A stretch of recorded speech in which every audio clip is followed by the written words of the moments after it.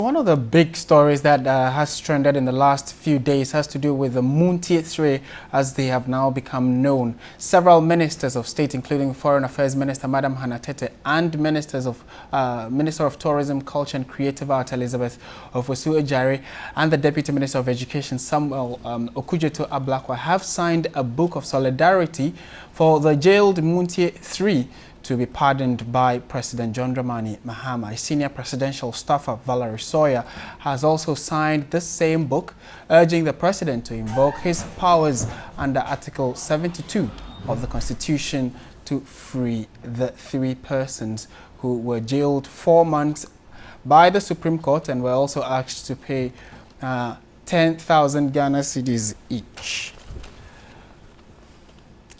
And I would want to speak on this particular issue, and we've been joined on the line by Dr. Ransford Jampo. He is a senior lecturer at the Political Science Department of the University of Ghana. I want to pick his thoughts on the brouhaha, that the storm brewing over this particular decision by the Supreme Court. Good afternoon, Dr. Jampo, and thank you for joining us. Hello, good afternoon.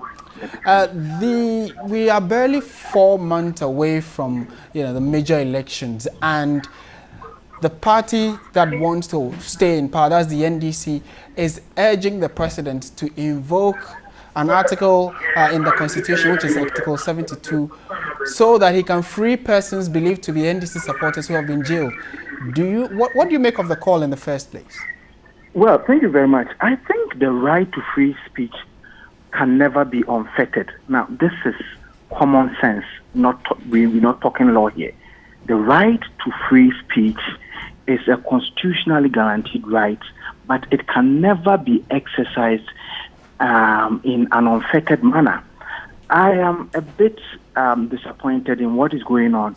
Yes, people goofed, people ran afoul of due processes, people overly exercise that right in a manner that undermined rule of law and then judicial independence, and so they've been dealt with. Now, why are people trying to put the president in that tight corner? Asking the president to invoke Article 72. Indeed, the power of prerogative of mercy, lies with the bosom of the president. He can always exercise it to pardon people who have been convicted by the law courts.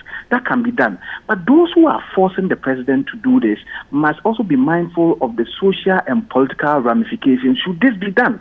Given the current situation, I don't think it is politically wise. What in your estimation? Let me finish. I don't think it is politically wise for the president to invoke that particular, article. And those who are also putting pressure on him must go do research and look at how historically that particular power has been exercised. The president does not just get up and pander to whimsical partisan pressure and exercise that particular power. He does so in consultation with the Council of State, and he speaks to people, the prison authority, before they do, and he does that. And so I think, yes, the punishment, in my view, is also harsh. I'm not saying that I don't agree with those who are saying it's harsh. The punishment itself is harsh.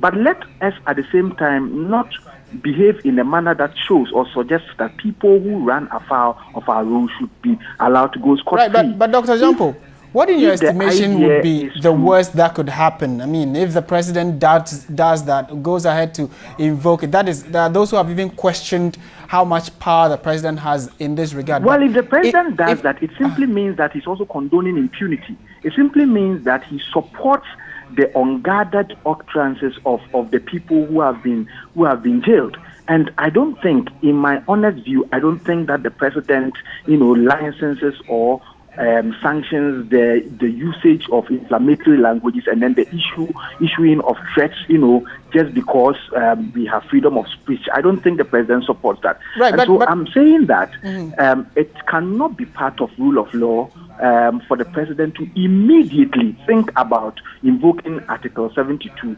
I don't think it is proper. It's political. But my last question if those to you going would on demonstration are really interested in the interest of those convicted, what they can do is to petition the same court through the lawyers, at an appropriate time. Let them go talk to the lawyers, and then let the lawyers go and speak to the same court. Okay. Maybe something can be done, but I don't think that pushing the president, to invoke Article. So, Doc, you would advise that they use the legal route to resolve this. Fair enough, but what do you make of those who are saying that they really need to, one, show solidarity to these three persons. Secondly, the president wants to retain power, and these are the people who are going to vote for him. So if he does not do this, they are going to vote against him. So it's a very slippery slope for the president, I mean, don't this you is think? political blackmail, and I'm saying that the president must always know that he has his core supporters, and he has also the floating or undecided voters. To win an election, you need the support base of the floating voters, the undecided voters. And I'm saying these are the election kingmakers. They are watching how the president responds to some of these partisan pressures. I don't think he must pander to that pressure. It is not in the best of interest. It will simply mean that, well, you can go and misbehave, the court will throw you into jail, and the president will exercise his powers of prerogative of mercy and then free you. I don't think it is something that must be tolerated. Let the rule of law thrive. Let the law, due process of law, take its course, and let people who think that freedom of speech can be exercised in an unfettered manner think twice.